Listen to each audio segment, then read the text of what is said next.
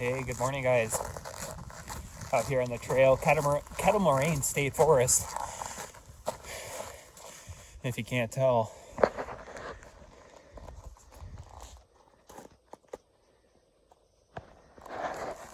it's a very cold morning. Got the big boy Carhartt gloves out. Definitely not running gloves. Yeah, I got some hand warmers cracked already in my pocket, just in case I need them. But not sure how much warmer it's going to get today, but probably not above zero. But the trail's really nice and compact. Hasn't snowed in a few days, so my other fellow hikers and trail runners came out here, and it looks like they did it pretty nice for me. I'm gonna warm up here, guys. Put my glove back on. Warm up. Put my glove back on. I'll let you know when I get into the rhythm.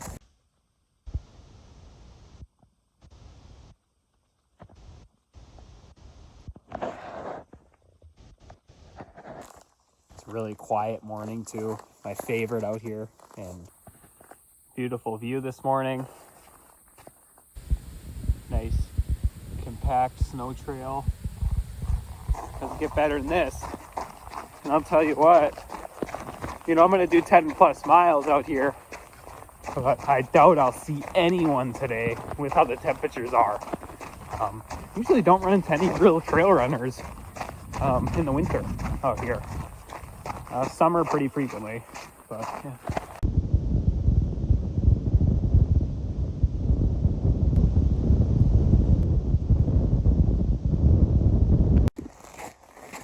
And then there's always sections like this that I really love here in the Kettle Moraines State Forest.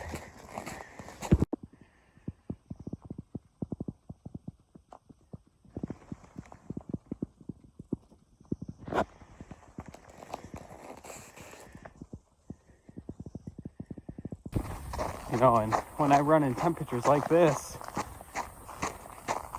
it takes a little bit for the body to warm up. So you try not to push it too much. Really be careful on where I step. Just with how slick some of this terrain can be. Especially when it's this cold, it might look like soft snow when you step on it and there's a bit of ice right on top. You can really bust your shit out here and be pretty far away from any kind of help. So that's why I carry an emergency blanket with me, a first aid kit, extra set of hand warmers always, and I got my cell phone obviously, but even out here, you're not always going to get service, so kind of just have to be prepared for the worst. Especially, during the winter here, you don't see many people out here on the trail, so you've got to be prepared to last at least, a couple hours in temperatures this cold. But I'm no survival expert, but I know the basics. Map of the Kettle Moraines State Forest Northern Unit. It's actually about 34 to 38 miles, depending on which route you take, down, way down here to the Milwaukee River. It leads right down to West Penn and Milwaukee. But you're starting way up in Glenbeulah Greenbush area and going south. So, here's some of the mile markers to where we are. And guys, just like that, my battery is drained from 100 all the way down to 10% in this kind of temperatures.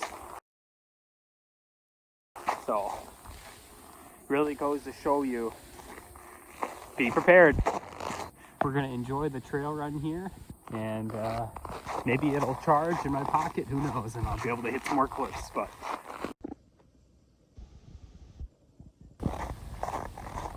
I am coming off of a hill workout yesterday, just on the treadmill, really working on fast hiking, because I know, once you get 50, 60, 70 miles into the ultra, you're not going to be running as much as you think you will be.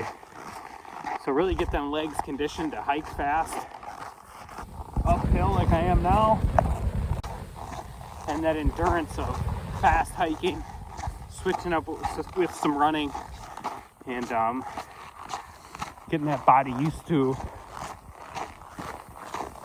them kind of like intervals later in a race. So that's kind of why I like to do a hill workout and then go out on the trail for 10 miles, 10 plus miles, And in the snow too, it does make a big difference. Every step I take, I don't slide because the lugs on my shoes do grip in, but over the miles makes a big impact. Sliding this here, there, getting that foot strike down, all that plays a part in becoming a better runner. And on race day, on the 100-mile day, it's only going to make you better. So having those fatigued legs and going out the next day, hitting some hills, and pushing yourself really is going to benefit you to try to mimic what your legs will feel like really late in the race.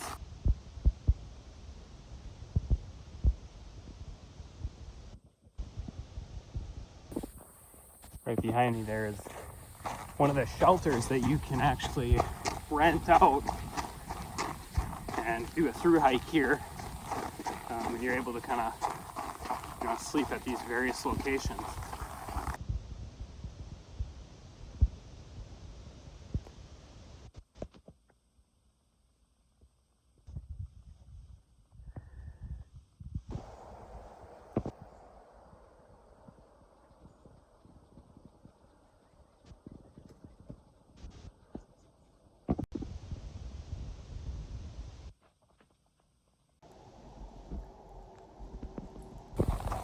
Also, another big thing I like to do when I'm out on my long trail runs is, it's nothing new, but to practice your nutrition.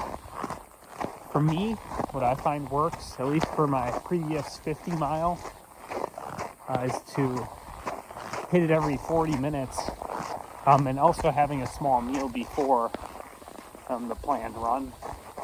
But I don't usually eat before I run unless it's something over 30 miles.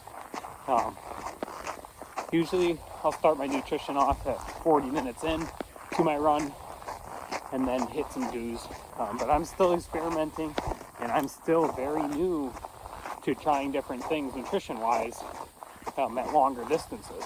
So it's still trial and error, but I have been using a lot of goo products. I like to switch it up. I'll try other things too. So.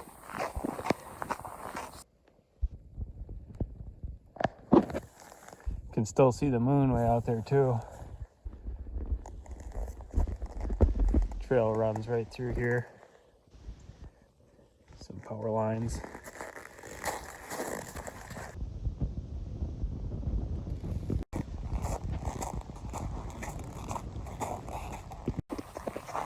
Just about 7 miles in, and I've built the amount of icicles up on my face today. I can feel it every time I move. I feel like an ice block on my face. Looks like it's negative 20 with the wind chill right now, and it's about 8:10. So sun is up.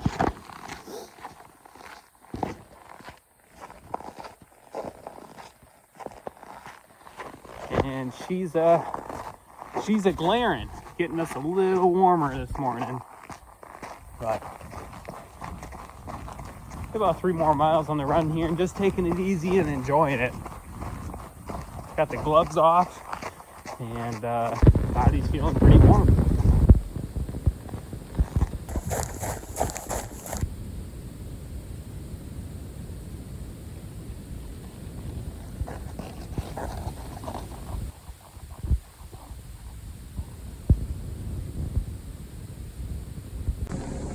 Shoes trees get so cold that they create little icicles too, where the holes vent.